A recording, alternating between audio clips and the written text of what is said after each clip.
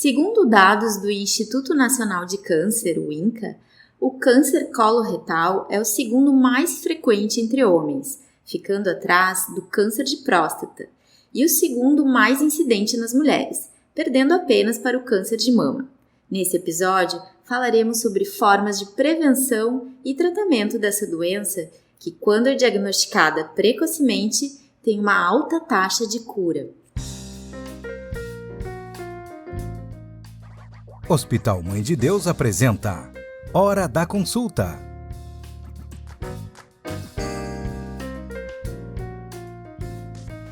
Olá, bem-vindos ao podcast Hora da Consulta, um programa do Hospital Mãe de Deus criado para levar conhecimento e informações sobre as principais dúvidas dos nossos pacientes e da comunidade em geral. O câncer coloretal frequentemente aparece como uma lesão benigna, que vai evoluindo lentamente até se transformar em um tumor maligno. Para falarmos mais sobre essa doença, que apresenta sintomas apenas em fase já mais avançada, convidamos o coloproctologista Dr. Rafael Dutra Villa, o gastroenterologista Dr. Marcelo Appel e o também gastroenterologista Dr. Ivan Davi Arciniegas. Sejam todos muito bem-vindos ao Hora da Consulta. Para começarmos, Dr. Dutra, você poderia explicar para os nossos ouvintes o que é o câncer coloretal? O câncer coloretal é o conhecido mais popularmente como câncer do intestino grosso. O nosso intestino grosso é formado pelo cólon e pelo reto, que é a parte final do cólon, né? Então, o que popularmente é conhecido como câncer do intestino tem esse nome de câncer coloretal. Perfeito. Até uma dúvida minha aqui que eu estava tirando antes, tem gente que chama de câncer de cólon, tem o câncer de reto e tem o câncer coloretal. Né? Isso, na verdade, a gente agrupa o câncer do cólon e do reto dentro desse guarda-chuva do câncer coloretal, por uma questão de semelhanças de sintomas, semelhança de métodos diagnósticos, mas dentro de perspectivas de tratamento existem diferenças do tratamento de um câncer de cólon e do câncer do reto, tá? Mas todos eles ficam debaixo desse guarda-chuva do câncer coloretal. E quais são as principais formas de prevenção? Olha, a prevenção deve iniciar, eu acho que uma conversa com um gastro ou com um procto, ou mesmo com outros médicos, no sentido de identificar fatores de risco que possam levar ao câncer coloretal. Então isso começa antes de prevenir, deve identificar fatores de risco, e uma vez identificados, esses fatores devem ser modificados. No caso de pacientes que consomem bebidas alcoólicas ou que fumam, tentar suspender esse hábito. Aqueles que consomem carne vermelha ou alimentos processados como salame, presunto, são fatores que são identificados na literatura como fatores de risco. Sobrepeso e obesidade também. Então acho que é o nosso papel de todos os médicos de identificar esses pacientes e tentar modificar esses hábitos. Complementar fatores de risco que a gente consiga modificar. E a nossa labor, a gente tem que prestar informação que existem fatores de risco que a gente não consiga modificar, como são genética, que é importante saber que os pacientes precisam ter essa informação, pacientes que já tiveram algum familiar de primeiro grau na família, com histórico de câncer de cólon, com histórico de câncer de reto, sem informar com seu médico, gastroenterologista, proctologista, se este é um fator de risco, e a ele ser informado positivamente que é um fator de risco, procurar para avaliar se precisa algum tipo de exame, precisa algum tipo de complementação para chegar a um diagnóstico. Perfeito, doutor. Muitas vezes as pessoas vão procurar fazer um exame, né, quando elas sentem alguma coisa, né? No caso dessa doença, quais são os principais sintomas, os primeiros sintomas? Eu aproveito a tua pergunta para dizer que talvez a parte mais capciosa do câncer coloretal é que ele é uma doença muitas vezes silenciosa e assintomática. O que a gente sabe de dados é que em torno de 10% dos casos vão ter sintomas precocemente. Ou seja, quando o paciente apresenta sintoma, já provavelmente está com uma doença estabelecida. Vai precisar de uma cirurgia, provavelmente complementar com algum outro tratamento. Dos sintomas, os mais frequentes são sangramento nas fezes. Esse sangramento pode ser um sangramento vivo, percebido no vaso ou junto às fezes, ou a presença de fezes escuras, pretas, que também pode ser a presença de um sangue. Alteração do hábito do intestino. Então, aquela questão, o paciente tinha um hábito de ir ao banheiro regularmente, começa a ter prisão de ventre, constipação ou diarreia, ou tinha um hábito um pouco mais de ir várias vezes, diarreia e começa a ter constipação, enfim. A alteração do hábito regular do paciente é um fator que tem que chamar atenção. Dor abdominal, emagrecimento e a presença de anemia nos exames de rotina também é um sintoma frequente que tem que alertar o paciente de que alguma coisa pode estar acontecendo no seu intestino. Perfeito, mas para não deixar, então, chegar, né, ao ponto de ter esses sintomas, o importante é prevenir, né? E falando, então, de prevenção, a colonoscopia é um dos principais exames para a detecção desse tipo de câncer, né? Vocês poderiam explicar para a gente melhor como ela é feita? A colonoscopia é um exame simples, o paciente vem de casa, não precisa internar para fazer. O preparo consiste de uma dieta especializada, que começa 2 dias antes do exame, e um preparo com laxantes, né, que são medicações que são dadas para que o intestino funcione melhor, o paciente tem uma diarreia em casa para limpar bem o intestino. E isso é fundamental, tanto a dieta quanto os laxantes tomados de forma correta, para que o intestino fique limpo e a gente possa, com o exame endoscópico, enxergar bem todas as paredes do intestino e do reto e localizar lesões, tanto que possam se tornar um câncer no futuro, por exemplo, são os pólipos em especial, são lesões precursoras, ou mesmo já identificar algumas lesões de risco e fazer a análise correta dessas lesões. Importante também complementar que é um exame que não chega a causar dor. Algumas vezes tem o mito de que esse exame é causador, de que é difícil, de que é complicado, mas a gente, aqui na nossa instituição, a maioria, quase todos, a gente faz com acompanhamento de médico anestesista, né? O que traz uma segurança para nós durante o procedimento e um exame mais tranquilo para o paciente. O esforço do paciente é na hora do preparo, eu costumo dizer, né? Porque durante o exame é isso, acompanhamento do anestesista, o paciente tem uma sedação leve, nem percebe o tempo passar quando acorda o exame está pronto. O esforço do paciente realmente, como o Marcelo colocou, é no preparo, que faz toda a diferença nos índices de detecção de lesões, enfim. Faz muita diferença ter um cólon bem preparado do que um cólon mal preparado. Perfeito, então. E a partir de que idade a colonoscopia deve ser considerada um exame de rotina, né? E com que frequência ela deve ser feita? Os principais programas que a gente segue variam entre os 45 e 50 anos. Agora a gente tem uma publicação que saiu em 2021, que a gente vai começar aos 45 anos na população em geral. Mas eu poderia orientar entre os 45 e 50 anos, chegando a fazer esse segmento até os 75 anos. E aos 75 anos depende do histórico do paciente, do histórico familiar, para saber se a gente vai continuar com a realização desse exame. Mas em geral, na população em geral, começar aos 45. Eu acho que a indicação de colonoscopia ela pode ser individualizada em alguns casos. Um exemplo disso é pacientes que têm doença inflamatória intestinal, retocolite, doença de Crohn, que muitas vezes se começa antes dessa idade de 45, 50 anos, porque vai depender da idade de diagnóstico dessas lesões, né? Sim, pacientes também com alguma síndrome genética, né, conhecida, com uma história familiar importante de câncer de intestino na família que tenha começado precocemente, algumas síndromes como poliposes e outras síndromes genéticas também são exceções a essa regra dos 45, 50 anos, né? Normalmente a gente tem que começar mais precocemente aí quando se busca a prevenção. Eu acho que até a idade final de realização de colono, como o Davi falou, após os 75 anos a gente individualiza. Tem pacientes que têm 80, 85 e são super funcionais, ativos, e acho que a idade não pode ser um limitador da hora de parar de fazer exames. Mas sim comorbidades de risco, às vezes, claro, o paciente tem um pouco mais de idade, mas tem uma doença que, se for fazer um preparo, às vezes o risco do preparo é maior do que o benefício do exame. E tem pacientes que têm 80, 85 e estão super bem, ativos na população e acho que merecem a continuidade dessa investigação. Agora que a gente está com 2, né, gastroenterologistas aqui na mesa, e qual é o papel da prevenção de vocês na prevenção e no tratamento dessa doença? Eu acho que, como eu comentei anteriormente, acho que o nosso papel no consultório começa com a identificação desses fatores de risco. Idade do paciente, história familiar, hábitos alimentares, consumo de cigarro e álcool, doenças que tem, se praticam na atividade física. E conforme essas respostas, a gente tentar implementar medidas de incentivo à atividade física, dieta mais saudável, e conforme for, começar a orientar a idade de começar a fazer rastreamento de câncer coloretal. Tem vários exames que podem ser realizados para isso, mas acho que na nossa opinião é comum que colonoscopia é o melhor exame para identificação de lesões potenciais, biópsia ou remoção de lesões, comparado com os outros métodos. Até eventualmente o Rafael pode nos ajudar a discutir um pouco melhor os outros métodos não invasivos.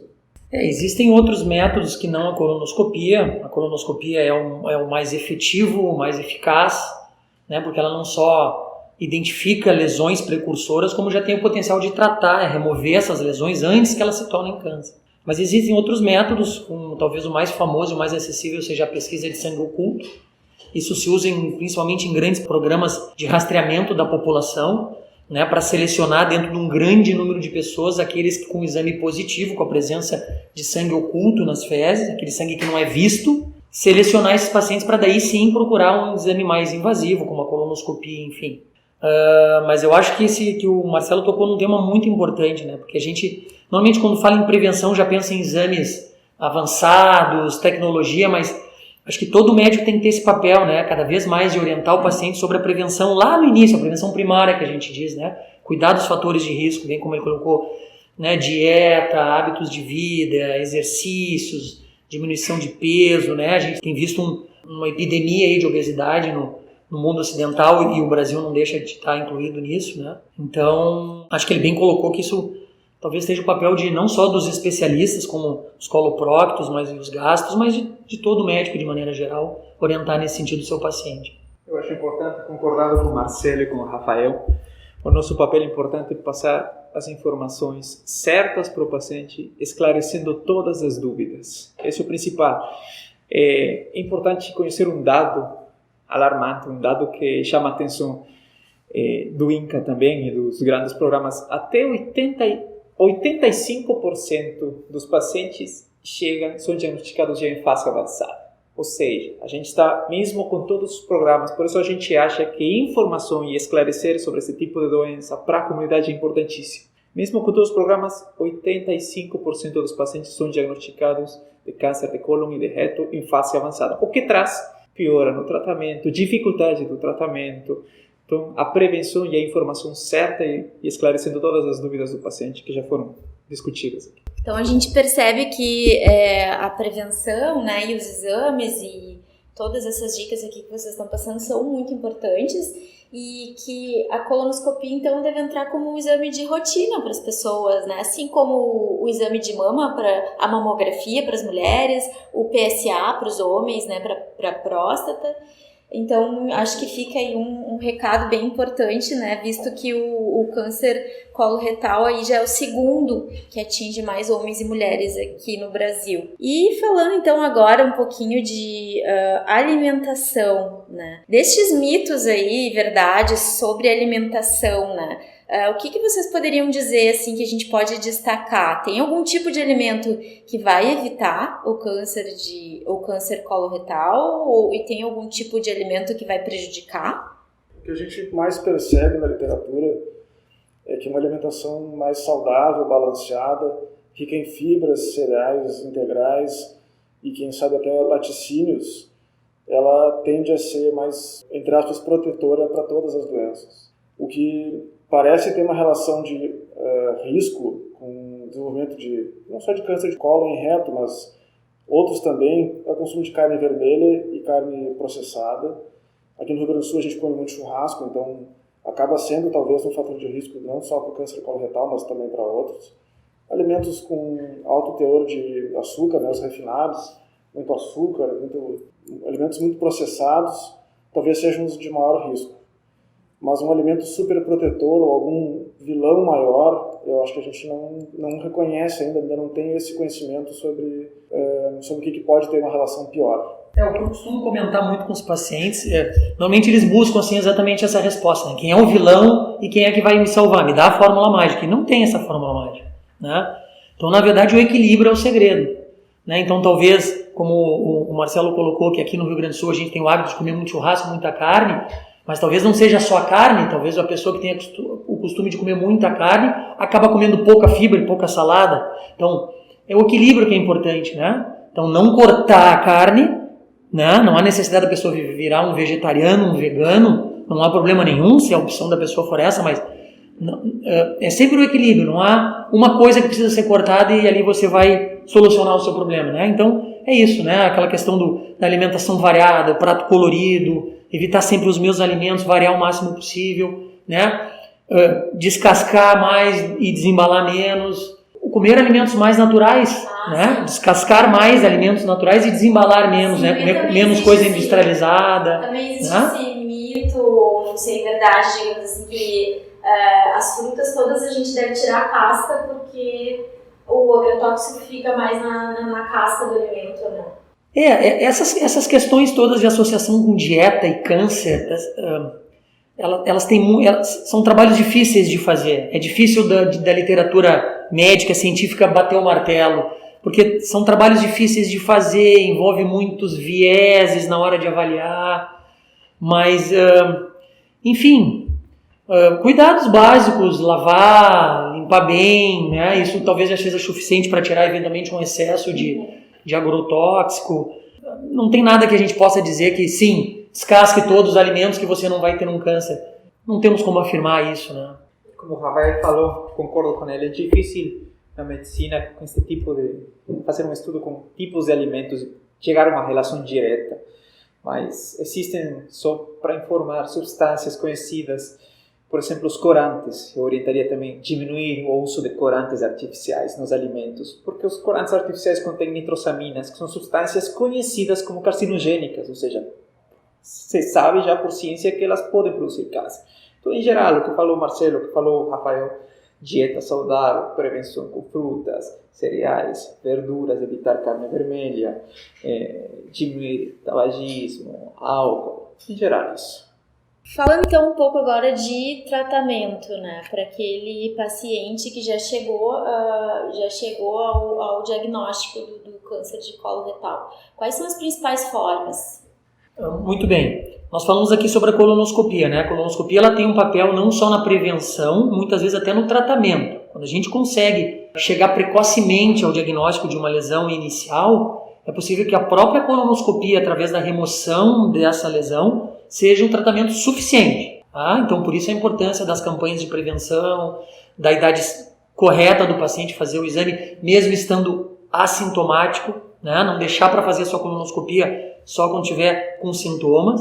Mas, quando a gente já tem um câncer estabelecido, uma lesão maior estabelecida, o tratamento primordial continua sendo cirurgia. Tá? A cirurgia tem um papel fundamental no tratamento desse tipo de tumor. Hoje em dia a gente consegue resultados muito bons com essa cirurgia. O intestino grosso ele tem uma questão de anatomia que permite uma cirurgia com segurança.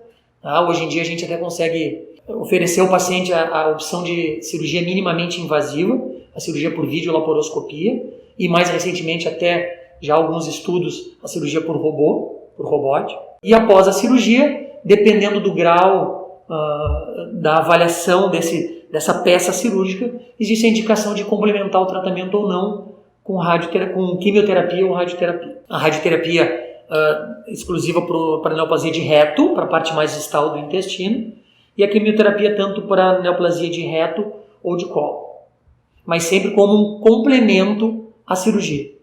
Complementando um pouco a fala inicial do Rafael enquanto o tratamento, que ele pegou a parte do tratamento endoscópico, que é a área que a gente pode falar mais.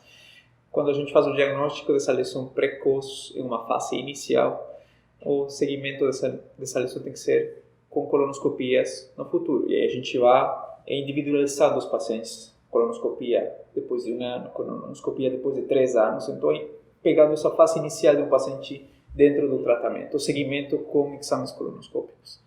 Dependendo do tipo de lesão que a gente encontra no procedimento, tem lesões que são de maior ou menor risco, e isso aqui talvez no futuro vai ser um embasamento para definir o tempo de intervalo para uma nova colonoscopia. Acho que é isso que o Davi quis comentar agora.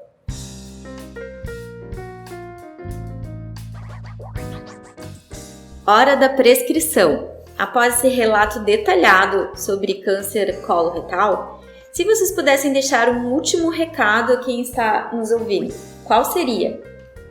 Eu gostaria de deixar como última mensagem o esforço que as sociedades médicas têm feito para tornar a prevenção do câncer coloretal, a colonoscopia, um exame já tão rotineiro e já presente na vida das pessoas como tem sido a prevenção do câncer de mama, do câncer de próstata, do próprio câncer de útero nas mulheres, né, com Papa Nicolau. Então, não deixar para pensar no câncer coloretal ou fazer a sua colonoscopia apenas quando tiver sintoma. Então, a gente quer que os pacientes assintomáticos façam o exame, porque essa é a maior chance que a gente tem de prevenção, de chegar antes da doença já estar estabelecida, e aí a gente precisar fazer outros procedimentos do que só a colonoscopia. Então, talvez essa seja a mensagem que eu gostaria de deixar. Mesmo os assintomáticos devem procurar o seu médico e devem fazer a sua colonoscopia. Uma mensagem que vai ser quase a mesma do Rafael, né? É que o paciente procure informação, o paciente tem que procurar informação, questionar seu médico sobre o procedimento, fazer todas as perguntas para que ele consiga orientar. Pode procurar um clínico geral, médico em geral, não necessariamente gastroenterologista ou proctologista, para ser orientado sobre este tipo de doença. Com essa informação ele vai conseguir nos procurar e chegar a uma prevenção mesmo. E acho que é fundamental desde cedo priorizar os hábitos saudáveis, desde antes de pensar no câncer coloretal, dieta saudável, atividade física, bons hábitos e fazer o acompanhamento com os médicos em busca de qualquer problema que possa vir a acontecer ou até mesmo, como o Davi comentou, buscar informação sobre essas doenças. Assim, então, encerramos mais uma edição do podcast Hora da Consulta, um programa do Hospital Mãe de Deus criado para levar conhecimento e informações sobre as principais dúvidas dos nossos pacientes e da comunidade em geral. Acompanhem nossas redes sociais e fiquem atentos para o próximo programa.